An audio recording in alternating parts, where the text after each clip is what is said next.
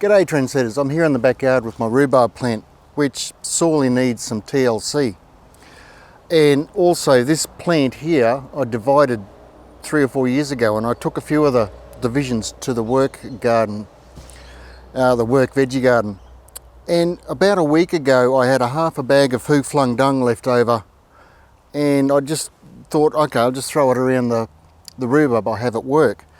And within 2 or 3 days the thing just looked so much better and healthier and alive, and it was actually putting out new growth left, right and centre. So I've decided to do the same with mine, and I'll put about a bucket of ℏ𝒌 around here, which will probably mean it'll be about 2 inches thick, and I'm hoping for good results.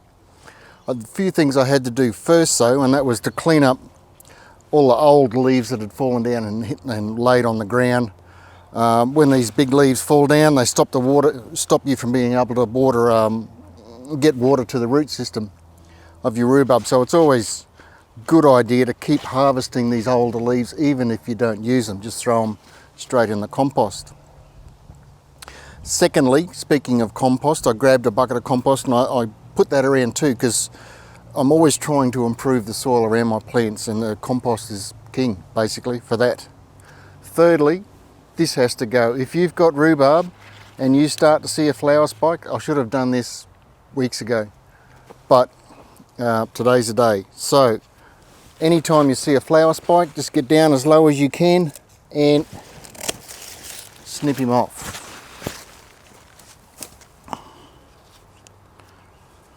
Looking much better already. I might just lose that one too. And the rest is simply a matter of spreading this stuff around, which stinks to high heaven, unfortunately, but it does the job. I've got gloves on because I don't know what it is, but every time I use this without gloves, my hands end up feeling like little pieces of sandpaper. So I rarely use gloves, but when I use this stuff, I like to.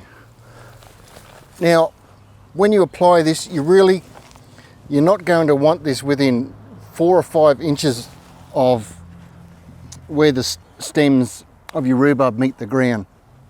It might be just a little bit rich and it could burn or start a few rots or something like that. So start about 4 or 5 inches out, and I would go at least a good 10 inches from there right around to where you think the outside feeder roots of the plant are. And that's basically it.